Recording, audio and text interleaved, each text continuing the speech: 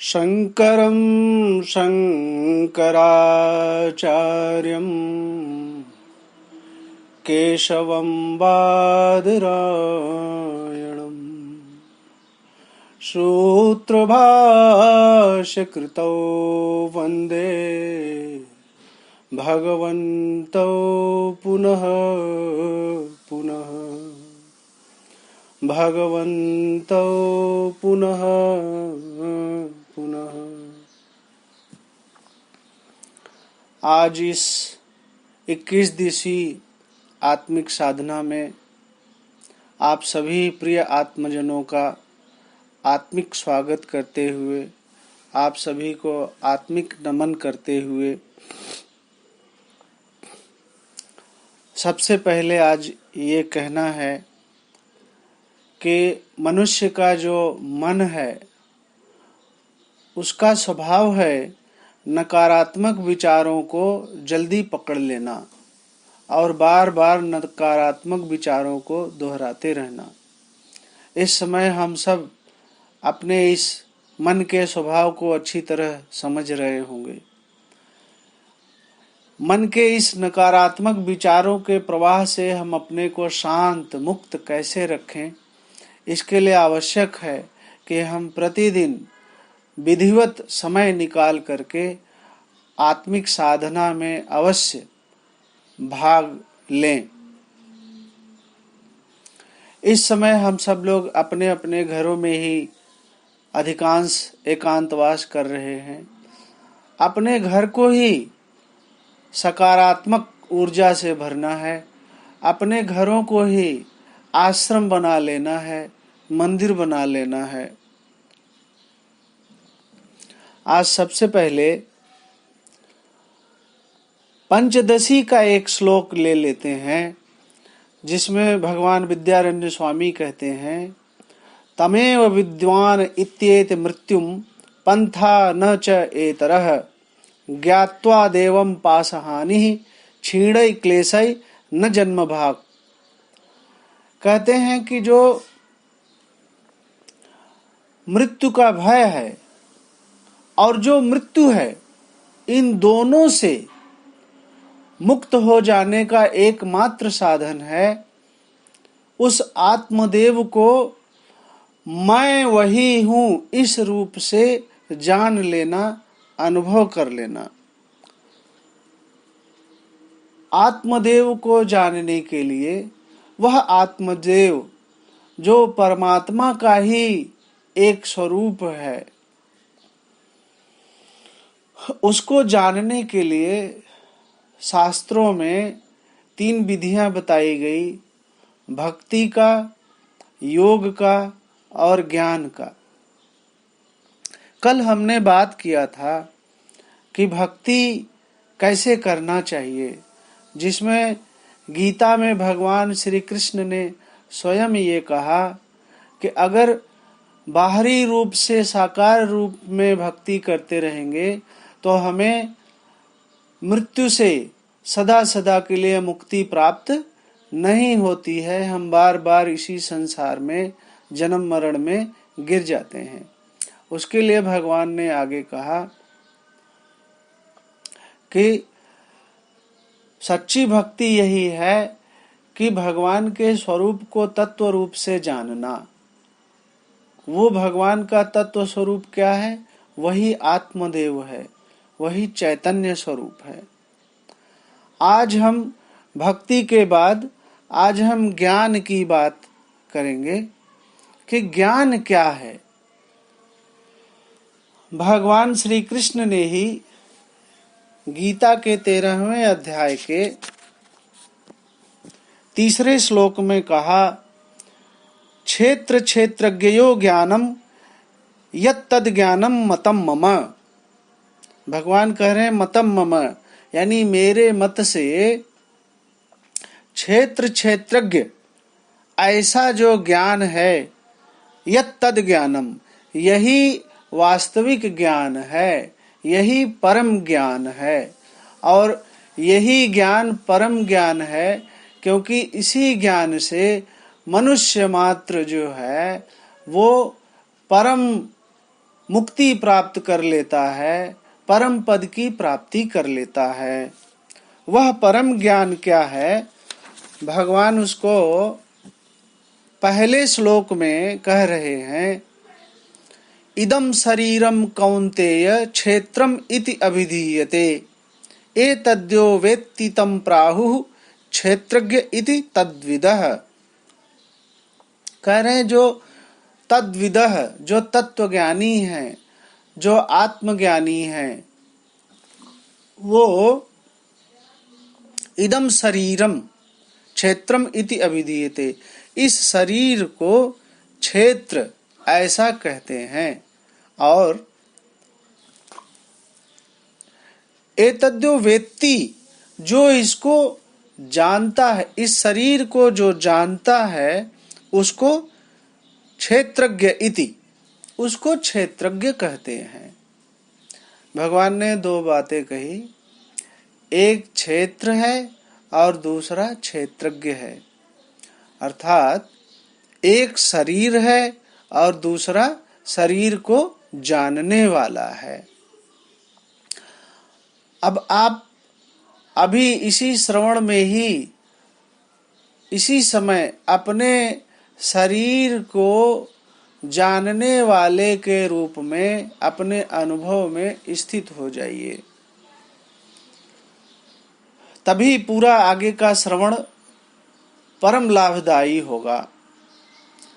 आप जहाँ भी बैठे हो, शांति पूर्वक बैठ करके अपनी आंखें अगर आप बंद कर लेंगे तो आपको अपना पूरा शरीर अनुभव जरूर होगा, लेकिन उस शरीर में जो अनुभव मात्र है वह आप स्वयं हैं। आप स्वयं अपने को भी इस समय उपस्थित रूप में अनुभव कर रहे हैं और आप अपने पूरे शरीर के दायरे को भी अनुभव कर रहे हैं। तो क्षेत्रज्ञ कौन है? आप स्वयं ही, जो इस शरीर को जानने वाले हैं, अनुभव करने वाले हैं, वही क्षेत्रज्ञ है। अब आगे श्लोक में भगवान कह रहे हैं, क्षेत्रज्ञं चापि मां विद्धि सर्व क्षेत्रेषु भारत। क्षेत्रज्ञं चापि मां विद्धि सर्व क्षेत्रेषु, सर्व क्षेत्रेषु, सभी क्षेत्रों में, यानी कि सभी शरीरों में जो क्षेत्रज्ञ है, सभी शरीरों को चेतन के द्वारा ही जाना जा रहा है। जहाँ भी कोई शरीर है, जैसे मेरा शरीर है, आपका शरीर है, उनका शरीर है, जितने भी शरीर हैं, उन सब को चेतन के द्वारा ही जाना जा रहा है।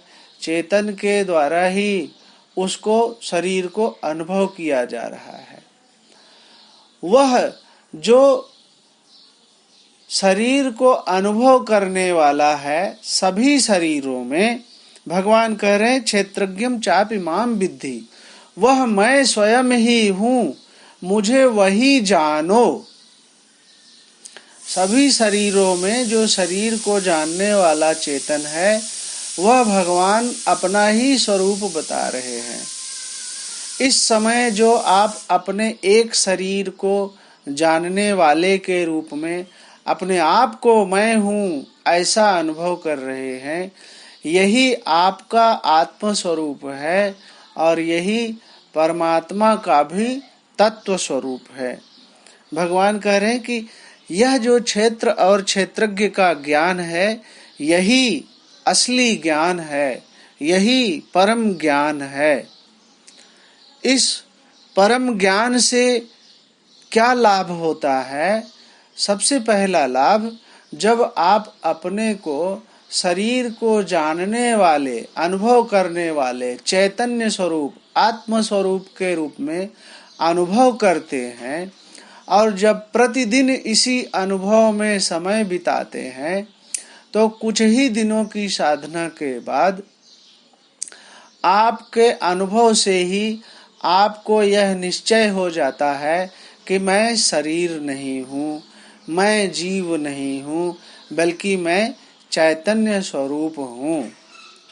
और जब प्रतिदिन आप अपने इस चैतन्य स्वरूपता के अनुभव में स्थिति बनाते हैं, तब आपको अपने नित्य अनुभव से ही यह भी प्रकट हो जाता है कि यह चैतन्य स्वरूप तो प्रतिदिन एक जैसा ही अनुभव होता है।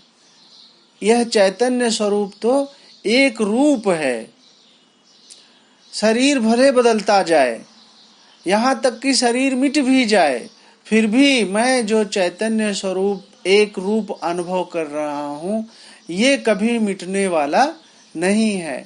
ऐसा ही अनुभव हम आपको सबको अपना चेतन होने का अनुभव शाश्वत रूप से बना रहता है। आप अपने बचपन में जाकर देख सकते हैं, जब भी आप बचपन में थे, आप जो भी बचपन में जो भी क्रिया करते थे, स्कूल जाते थे, खेलते थे, उस समय भी आप अपने अनुभव से ही बताइए, मेमोरी से ही, कि आप अपने बचपन में चेतन थे कि नहीं थे। चेतन अवश्य थे, आपका अनुभव ही बताएगा। और बचपन से लेकर आज तक शरीर बदलता गया। शरीर बाल्यावस्था से किशोरावस्था में चला गया, किशोरावस्था से युवावस्था में चला गया, युवावस्था से प्रौढ़ावस्था में चला जाता है, प्रौढ़ावस्था से शरीर वृद्धावस्था में चला जाता है। लेकिन हम आप यदि अपने अनुभव से जांचें तो हम यही पाएंगे कि शरीर भले बदल रहा है, लेकिन हम स्वयं वही चेतन स्वरूप हैं जो बचपन से हैं, आज तक वही चेतन स्वरूप हैं। इससे ये अनुभव पक्का होगा कि मैं जो चैतन्य स्वरूप से हूँ, मैं नित्य एक रूप हूँ और मैं शाश्वत हूँ। दूसरा, इस अनुभव से ये लाभ होगा कि हम आप जो अपने को व्यक्ति रूप से मानते हैं कि मैं व्यक्ति हूँ, मेरी एक सामाजिक पहचान है, मेरी एक पारिवारिक पहचान है, मैं किसी का माता हूँ, मैं किसी का पिता हूँ, मैं किसी का पुत्र हूँ, मैं कोई अधिकारी हूँ, मैं कर्मचारी हूँ। जितनी भी ये पदवियां हैं, ये हम अपने को अभी फिलहाल इन्हीं पदवियों के रूप में ही पहचान रहे हैं। क्यों? क्योंकि ये पदवियां जन्म जन्मांतर से हम अपने को यही पदवी के रूप में ही मानते आए हैं। और इस कारण से ये पदवी, ये उपाधि, ये व्यक्तिपना, ये जीवपना, ये हमारे संस्कारों में अच्छी तरह से जम गया है। जब भी हम अपने चैतन्य स्वरूप को भूलते हैं, हमारी वही पुरानी संस्कार के कारण हमारा वही व्यक्तिपना, वही जीवपना उभर कर सामने आ जाता है। क्योंकि यह संस्कार बड़े प्राचीन हैं। हमें यदि मुक्ति प्राप्त करना है, परम पद को प्राप्त करना है, अपने आत्मा को परमात्मा से एकमेक करना है, जो मनुष्य जीवन का परम लक्ष्य है, उस लक्ष्य को अगर प्राप्त कर लेना है शरीर छूटने से पहले, तो हमें अपने उन पुराने संस्कारों को भी धूमिल करना होगा, धुलना होगा। वो पुराने संस्कार कैसे धुलेंगे? जब हम प्रतिदिन साधना करके, अभ्यास करके अपने आप को मैं चैतन्य स्वरूप हूँ, इस अनुभव से अपने आप को चैतन्य स्वरूप होने का निश्चय करेंगे। सिर्फ मान लेने से नहीं होगा। आपका अनुभव जब आपको कहेगा कि मैं तो चैतन्य स्वरूप ही हूँ, तभी आपका जो जीव होने का, व्यक्ति होने का, पद पदवी में जो उपाधि का संस्कार है, वो तभी धूमिल होगा। और वो धूमिल होने में बहुत समय लग सकता है। क्यों? क्योंकि वो जन्म जन्मांतरों का संस्कार संचित है हमारे अंतःकरण में। जो संस्कार जन्म जन्मांतरों पुराना है, उस संस्कार को, व्यक्तिपने के और जीवपने के संस्कार को मिटाने के लिए भी तो दीर्घ अवधि लग सकती है। इसलिए यदि आप ये इस आत्म साधना कर रहे हैं और इसके बावजूद आपको दिन भर में दूसरों से व्यवहार करते समय आपका व्यक्तिपना आ जाता है व्यवहार में, और आप क्रोध करने लगते हैं, दूसरों से अपने को अलग छोटा बड़ा मानने लगते हैं और उस व्यवहार में चले जाते हैं, तो इससे बिल्कुल परेशान होने की, घबराने की आवश्यकता नहीं है। आप ये जानें कि हमारा आपका जो ये संस्कार है, ये संस्कारों के कारण ही ऐसा हो रहा है, और इन संस्कारों को धूमिल करना है। उसके लिए प्रतिदिन हमें अपने चैतन्य स्वरूप होने के अनुभव में स्थित होकर के अनुभव में स्थित रहें और विचार भी करते रहें। निर्विचार होना आवश्यक नहीं है, क्योंकि निर्विचार साधना से संस्कार नहीं धुलते। संस्कार तभी धुलते हैं जब हम चैतन्य स्वरूप के अनुभव में स्थित होकर के विचार भी करते रहते हैं। विचार क्या करना है ध्यान की अवस्था में, कि मैं ये चैतन्य स्वरूप हूँ, मेरे चैतन्य स्वरूप होने का जो अनुभव है यह तो एक जैसा ही है। बचपन से आज तक प्रतिदिन ये अनुभव एक जैसा ही मुझे प्रतिदिन होता है। यह चैतन्य स्वरूप शाश्वत है। इस चैतन्य स्वरूप के उपस्थिति से ही मुझे अपने शरीर का अनुभव हो रहा है। मैं चैतन्य स्वरूप जो हूँ, मैं ही अपने इस शरीर का और मैं ही अपने इस व्यक्तिपने का जीवन देने वाला हूँ। इस तरह से विचार भी करते रहें। और यह चैतन्य स्वरूप स्वयं प्रकाश है, क्योंकि इस चैतन्य स्वरूप को चैतन्य होने के लिए किसी अन्य शक्ति से शक्ति लेने की आवश्यकता नहीं है। ये चैतन्य स्वरूप अपनी चैतन्यता स्वयं इसमें स्वभावगत है। यह स्वयं प्रकाश है, यह स्वयं चैतन्य है। इस तरह से विचार भी अवश्य करते रहें। आगे हम चैतन्य स्वरूप के क्या क्या स्वभावगत लक्षण हैं उन पर भी विचार करेंगे भगवान आदि शंकराचार्य की कृपा से। तो आज हमने ये जाना कि वास्तविक ज्ञान, परम ज्ञान क्या है। क्षेत्र और क्षेत्रज्ञ का ज्ञान ही परम ज्ञान है। क्षेत्र जो शरीर है, क्षेत्रज्ञ जो शरीर को जानने वाला है। आप अपने आप को शरीर को जानने वाले के रूप में अनुभव करें, यही क्षेत्रज्ञ है, यही चैतन्य स्वरूप है। और भगवान भी कह रहे हैं कि यही मेरा भी स्वरूप है। तो यह ज्ञान भी है और यह भगवान की भक्ति भी है। जितनी देर तक हम आत्म स्वरूप में स्थित होंगे उस अनुभव में, वही सच्चा ज्ञान है और वही सच्ची भक्ति भी है। दोनों एक ही है। तो इसी के साथ अंतिम में ये भी मैं कहना चाहूँगा कि ये सिर्फ श्रवण कर लेने से काम नहीं चलेगा।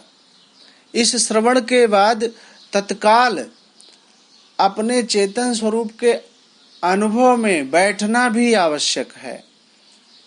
जब हम अनुभव में बैठेंगे तभी हमारा जो अनुभव होगा वो दृढ़ होगा, पक्का होगा। और प्रतिदिन बैठना है और क्वालिटी टाइम निकाल करके बैठना है।